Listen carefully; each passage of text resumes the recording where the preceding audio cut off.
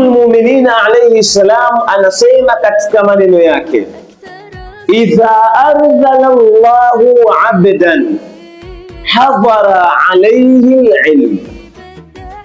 Amirul Mu'minin anatuambia Mwenyezi Mungu Subhanahu wa Ta'ala akitaka kumdunisha mtu, akitaka kumfanya mtu kuwa ni mtu duni katika jamii, jambo la kwanza analolifanya Mwenyezi Mungu Subhanahu wa Ta'ala, hadhara alayhi alilma, mtu huyu hunyimwa elimu.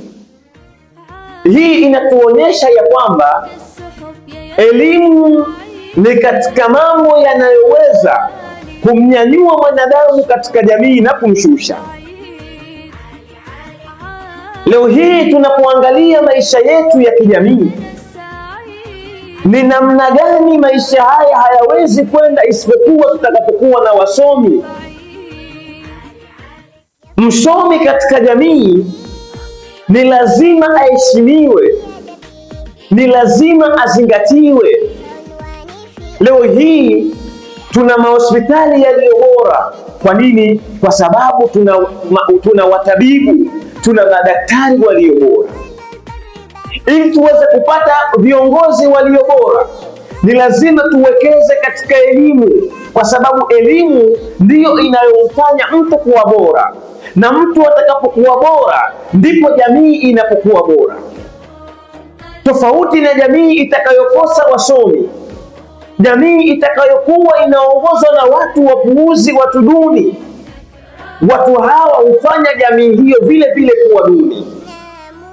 Kwa hiyo swala zima la mtu kunyimwa elimu, tusione ya kwamba kutokuwa na elimu, kuto kusoma ni jambo dogo sana katika maisha ya mwanadamu, bali Amirul Mu'minin alayhi salam anasema miongoni mwa mambo ambayo Mwenyezi Mungu Subhanahu wa Ta'ala humfanyia mwanadamu pale anapotaka kumdogosha na kumfanya awe duni, Mwenyezi Mungu Subhanahu wa Ta'ala humnyima mtu huyo elimu.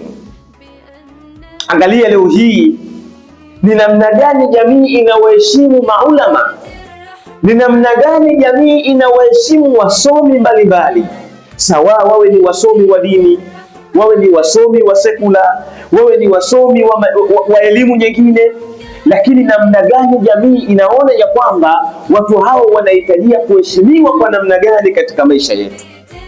Kwa hiyo tusitafute elimu ili tuheshimike, la, bali tufahamu ya kwamba umuhimu wa elimu ni kitu ambacho kinaweza kuinyanyua jamii na kuishusha jamii.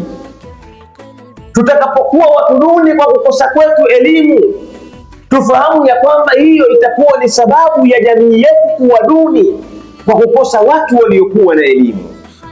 Tupambane kuitafuta elimu ili tunyanyue jamii zetu, ili tuheshimishe jamii zetu, ili tusaidie jamii zetu, ili tuzilinde jamii zetu, kwa sababu kuna mambo hatuwezi kuyafanya isipokuwa tutakapokuwa na elimu.